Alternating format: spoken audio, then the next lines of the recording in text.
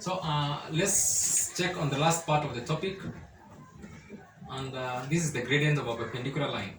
Now let's consider these lines of ours. We have line L1, we have line L3, we have line L3, and we have line L4. So in the graph, line L1 and L2 is a pair of a perpendicular line. Line L1 and line L2 is a pair of a perpendicular line.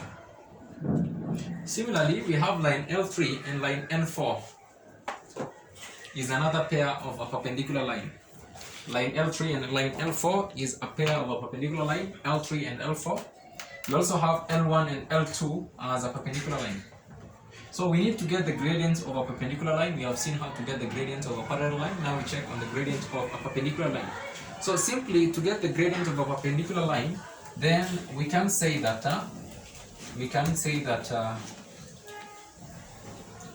the gradient of a perpendicular line is going to be given by m1 times m2 equals to -1.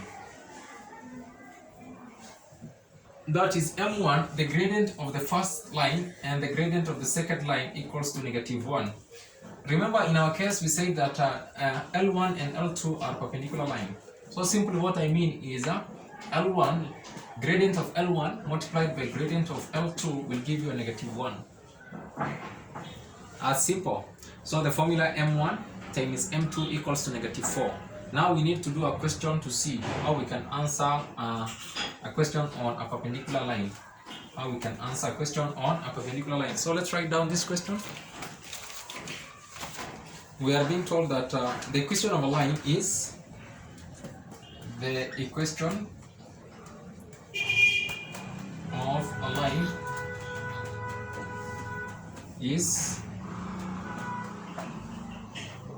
4y plus 3x equals to 16. 4y plus 3x equals to 16. Write the equation.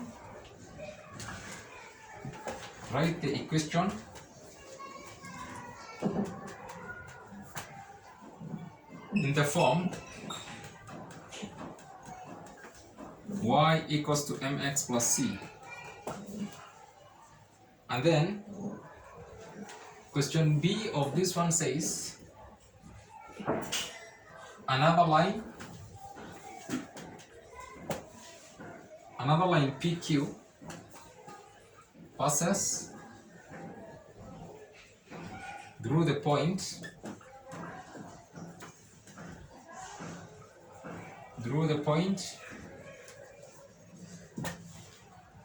P 2 minus 5 and is perpendicular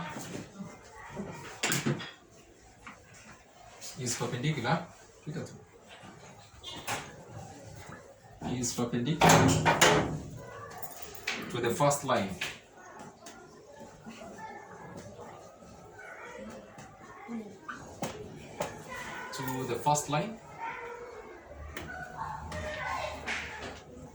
Find the equation.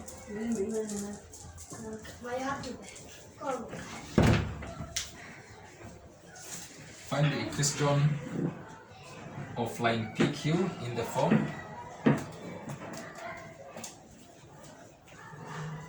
form y equals to mx plus c. Y equals to mx plus c.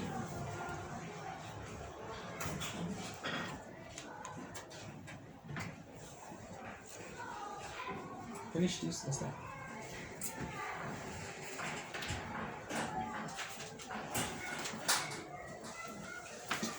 So the equation of a line is 4y plus 3x equals to 16.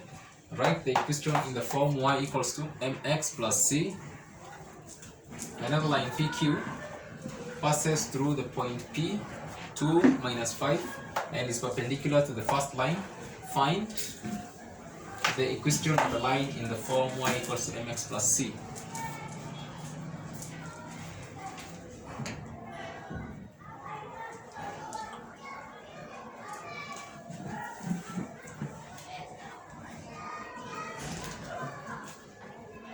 So let's do the question. Have written down, Najib? Do the question. Now it is getting the same as the differences is just the perpendicular line. The same thing we did with the parallel line.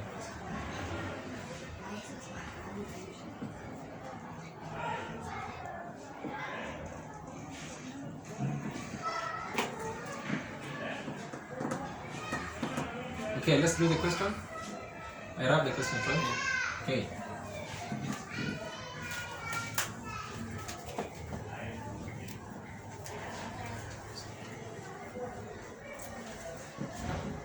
Solution.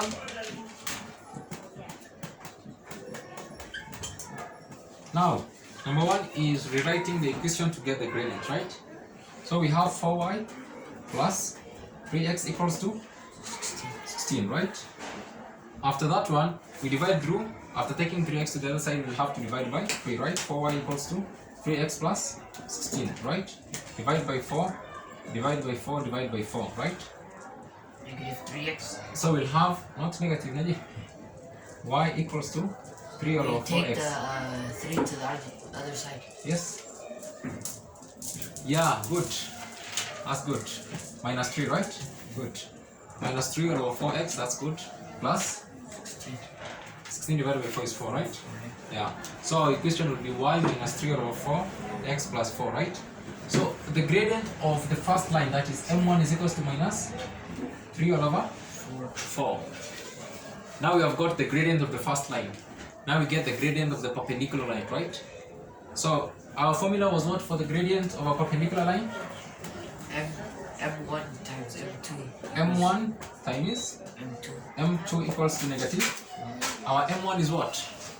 Negative Negative 3 over negative 3 over 4 is our M1, right? Yeah. So we'll have negative 3 all over 4 multiplied by M2 will give us negative 1, right? Are you there? Yeah. So we'll have negative 3 all over 4 M2 equals to negative 1. Are you there?